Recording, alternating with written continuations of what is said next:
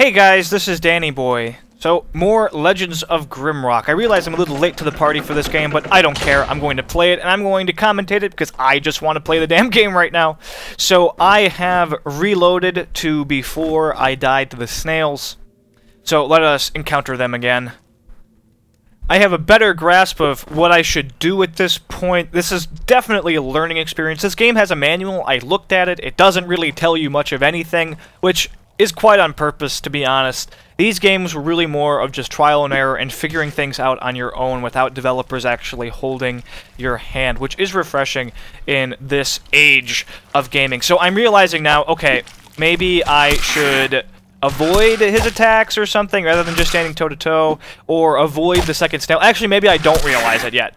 Maybe I'm so used to the turn-based games that I don't realize it yet. Even in those games, you would kite and you would use bows and whatever, but I don't have ranged weapons really, so I think it's actually after I kill this snail and I start going toe-to-toe with the next one and realizing that I don't have anywhere near enough health to kill both of these snails. So clearly I'm missing something here. I thought maybe food would heal me. Food does not heal you. It's straight up just, if you don't eat, you starve, basically. So it's at this point I'm kind of just wandering in the dark and thinking, how am I going to do this? Because obviously I don't have enough health to actually beat him.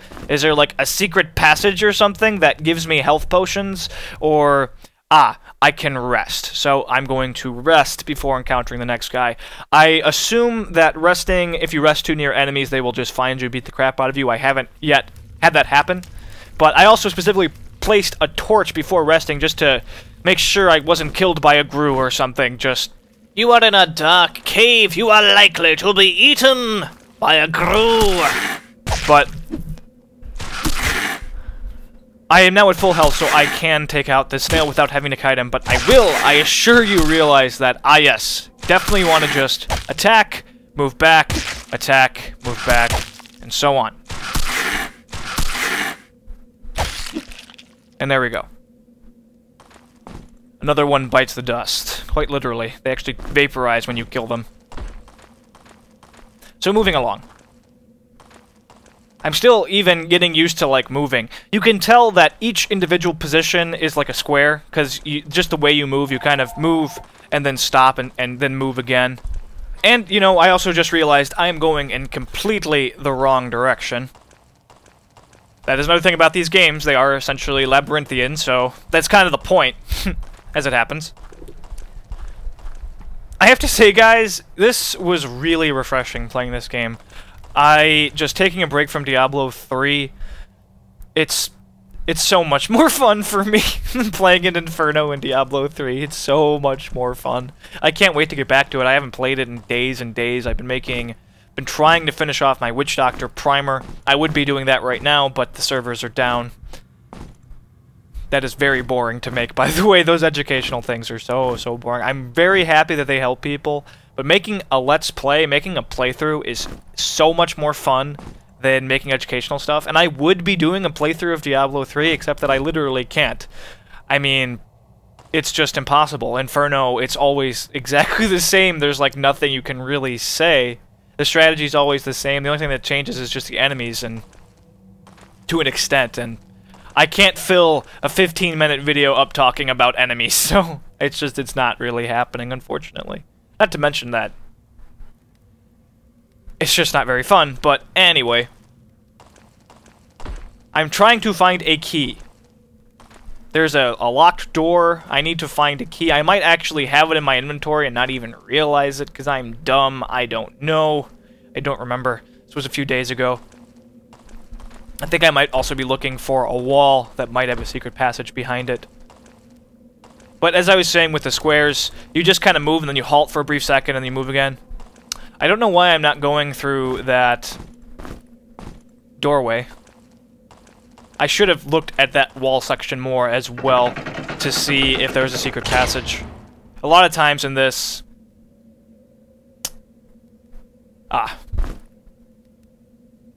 And I quickly realize I need to throw a stone. And there's my key. A lot of times the dead ends will have a secret passage in them. I think this is a mistake. Yeah, that's a mistake. This freaking terrified me, by the way. Like, what the hell is that sound? I didn't even read the runes on the wall. I kind of wish I had. I wonder what that would have said. Yeah, I was freaking out right then. Fall down a hole, and you hear this weird chainmail sound. This also just terrified me. Creepy face? Heal my sight. Wanted to plug his holes up with stones, but I didn't bother. I figured that wouldn't work.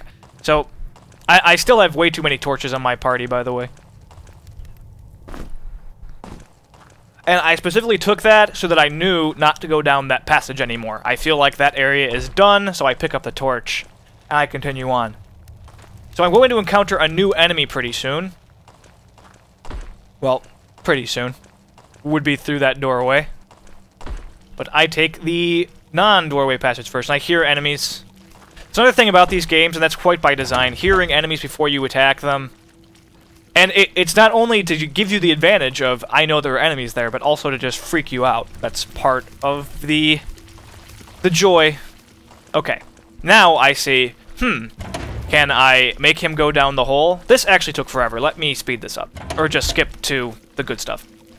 Okay, here we go. Took me a while to figure out how to coerce this guy into my death trap. Come here. There we go. And yes, you absolutely can do that. Good to know. Unfortunately, though, when you do that, you don't get experience. So that's something to keep in mind. It's a quick and easy way to deal with enemies, but you don't get experience. And you want experience. Leveling up is so important in this game, which is great. It's great that every level seems to make a significant difference. Any little upgrade of gear really makes a significant difference. You start feeling powerful pretty early on. I mean, the hardest part of these games is just the beginning when you have nothing. When you have very little tactics that you can actually employ, and there's little that you can really do to defeat an enemy. But I just found my first scroll. I didn't actually look at it.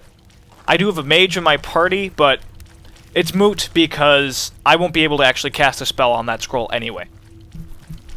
I'm looking at it now. It's a level 2 fire spell. I had no idea how the magic system even worked in this game. I had no idea. Yeah, I'm trying to equip it. It's you have an empty hand. You have to line up the runes properly, and this is a very old school style mechanic where you actually have to memorize. Either you memorize the runes or you look at your scroll every single time before you cast something. But I didn't know what to expect, so I put a point in every single type of magic. I had no idea how it even worked,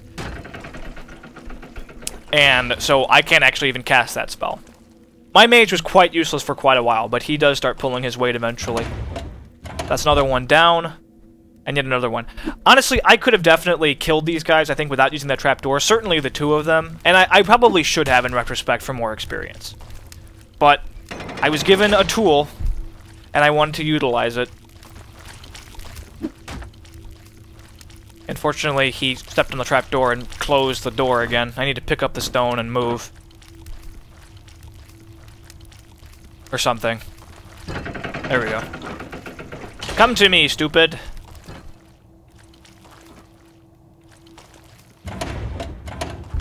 I think they did a really good job just with the art direction and designing and stylizing the enemies in this as well. I mean, they do look intimidating. Even something as stupid as a giant snail is not something that I want to get next to for long periods of time.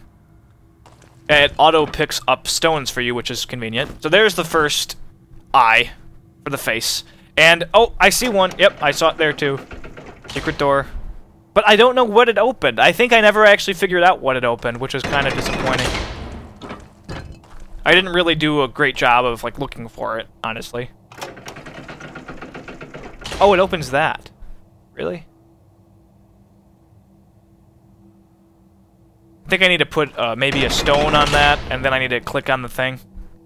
Which I think I'm going to realize in a second. There we go. And now... there we go. Yep. Big part of this game is puzzles. I should have explored that cranny more, that dead end, see if there was a button. You can get a significant advantage if you find secrets quickly. If you just, or rather not quickly, but consistently. If you just look for secrets, there's some good stuff hidden away in this game that you would miss otherwise that gives you an advantage. So, wandering in the dark, yet again. Now, I discover a new enemy. This thing, this giant vegetable monster. This, I think, is where I finally realize I need to kite. Yep. I need to kite. No more standing toe-to-toe. Ranged weapons are very useful in this game as well. Because kiting is so important, ranged weapons really do help a lot. But you have a party full of rogues. Rogues are going to have a lot less health in your front line, or even in your back line if you get flanked or whatever. So, and unfortunately, I think I'm going to wind up getting myself in a corner, kind of trapped, but we'll see. Notice I'm just jousting. I'm going back, forth, in and out. And I realize, I could use my trap yet again on this guy. And I think I also realized, but in order to get around him, I need to get into one of the bigger rooms, because obviously you can't move past a guy in a cramped hallway. But I kill him, so it doesn't matter. And that's another strategy. Oh, and here comes the other one. I wasn't expecting this so soon. Another strategy is to get her, and see, this is where I trap myself. There's nowhere I can go, really. Is to actually get around somebody, is to move out of the hallways, because you can't. It's I'm trapped now in this one square. And to get into the larger rooms, and then you have space to actually circle strafe around them, which is an even better positioning. And I really, at this point in time, I didn't actually know if death was totally permanent or what. It's not. There might be spells in the game, but I know that there are crystals that you can click on near the end of levels that will res your party. But I didn't know that. For all I knew, it was permanent for a very long time. But that is this episode, guys. Thanks for watching. Stay tuned for more. Please like the video if you enjoyed it. Please sub if you want to see more Legends of Grimrock. And leave comments and feedback. Ask questions. I'll answer them. Have a good one.